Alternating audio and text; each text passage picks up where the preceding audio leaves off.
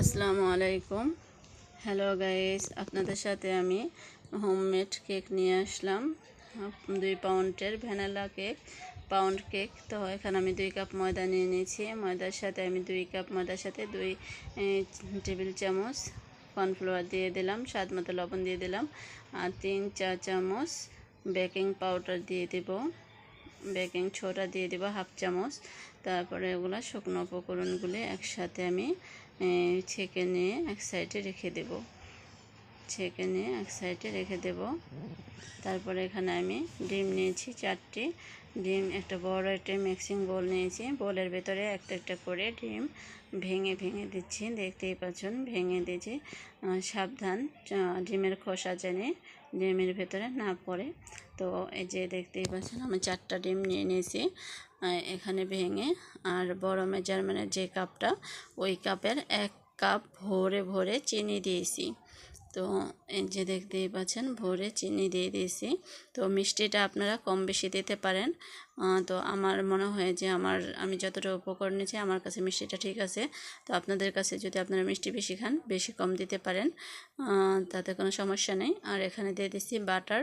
আমি বাটারটা হাতে বানিয়েছি বাসায়। তো বাসায় খাঁটি গরুর দুধের বাটার দিয়ে বানালে ভালো একটা ফ্লেভার আসে। আর আমি সয়াবিন তেল দিয়েছি হলো 1/3 কাপের 1-2 স্পুনের 1 স্পুন দিয়ে আর একটু দিয়ে দিয়েছি, একটু বেশি দিয়েছি। তারপরে এগুলো সবগুলো উপকরণ একসাথে বিটার দিয়ে বিট করে নেব। তো দেখতেই পাচ্ছেন আমি কিভাবে বিটার দিয়ে বিট করে নিয়েছি। যে পর্যন্ত সাদা ফ্লাফি ভাব না হবে সেই পর্যন্ত বিট করতে হবে, চিনিটা গলে না যাওয়া পর্যন্ত। চিনিটা যে পর্যন্ত না গলবে সে পর্যন্ত এটা কিন্তু বিট করতে হবে। এবার আমি ভ্যানিলা এসেন্স দিয়ে দিলাম এখানে। ভ্যানিলা এসেন্স দেওয়ার পরে এখন দিয়ে দেবো vanilla milk essence, sorry vanilla না, এটা মিল্ক এসেন্স। তো মিল্ক এসেন্সটা দিলে দেখা গেল বেকারির যে স্বাদটা, ওই স্বাদটা পাওয়া যায়, বেকারির মতো একটা ফ্লেভার আসে। আর দিয়ে দিলাম কেক জেলটা দিয়ে দেওয়ার পরে এখন দেখুন, এখন আমি আবার বিটার দিয়ে বিট করে নেব কিছুক্ষণ। বিটার দিয়ে বিট করে নেওয়ার পর এখন আমি যে শুকনো উপকরণগুলি চেলে রেখে দিয়েছিলাম,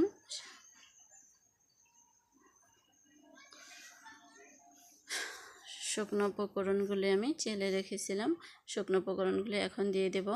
আর এখানে দিয়ে দেব 10 টাকা দামের 1 প্যাকেট ডানোর গুঁড়া দুধ। তো গুঁড়া দুধটা দিলে স্বাদ আরও বাড়ায়। তো আমি এই যে গুঁড়া দুধটা দিয়ে দিলাম। দিয়ে দেওয়ার পরে এখন আবার আমি ভিটার দিয়ে বিট করে নিতেছি। তো আপনারা যদি বাসায় বানাতে চান তবে কাঁটা চামচ, যাদের কাছে বিটার না আছে তারা কাঁটা চামচ দিয়েও বানাতে পারেন, কিন্তু কাঁটা চামচ দিয়ে বানালে অনেক সময় লাগবে, একটু সময় করে বানাতে হবে এটাই।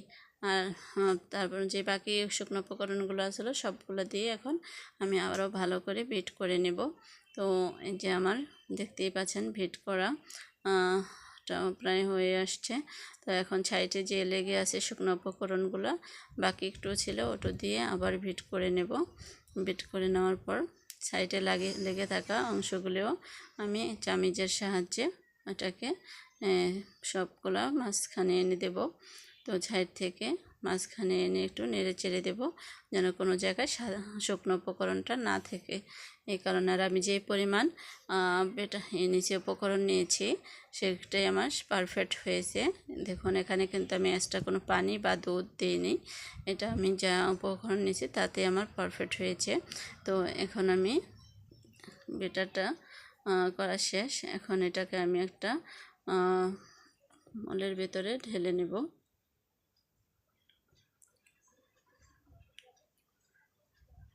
যে বেটাটার কাঁটাটা আমি উঠিয়ে এনেছি। এখন আমি একটা 9 ইঞ্চি মোল নিয়েছি। এই যে 9 ইঞ্চি মোল দেখুন আমি মেপে দেখাচ্ছি। তো এটা কতটুকুই, এই যে 9 ইঞ্চি মোল, আর চওড়া হয়েছে 4 ইঞ্চি, চওড়া হচ্ছে 4 ইঞ্চি। তো এখন এই মোলের ভিতরে আমি সম্পূর্ণ বেটারটা ঢেলে দেব।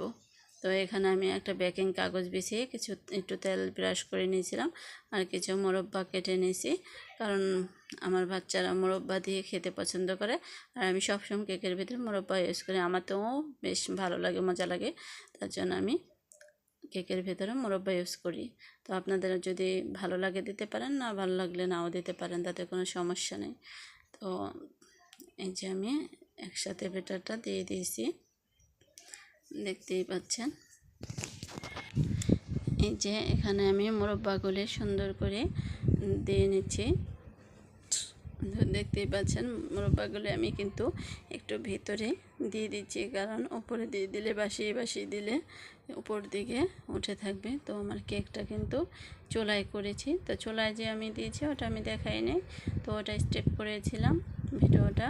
তো এই যে চুলা থেকে নামানোর পরে এটা ঠান্ডা হয়েছে, ঠান্ডা হওয়ার পরে আপনাদের সাথে শেয়ার করার জন্য এখন আমি এটাকে কেটে দেখাবো যে কতটা সুন্দর হয়েছে। চুলায়ও যে এত সুন্দর কেক হয় তা না বানালে বুঝবেন না। তো দেখুন আমার কেকটা কিন্তু মাশাআল্লাহ অনেক সুন্দর হয়েছে। 2 পাউন্ডের একটা কেক, দেখতেই পাচ্ছেন কালারটাও কত সুন্দর চমৎকার আসছে।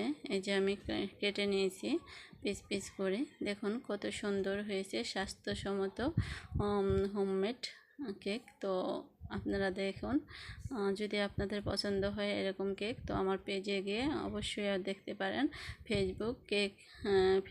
ফেসবুকের পেজের নাম আমার 3 স্টার কেক ওয়ার্ল্ড। তো আপনারা 3 স্টার কেক ওয়ার্ল্ড একবার হলেও যে ঘুরে দেখে আসবেন। তো যদি আমার ভিডিওগুলি ভালো লাগে অবশ্যই সাবস্ক্রাইব করবেন এবং লাইক শেয়ার করতে ভুলবেন না।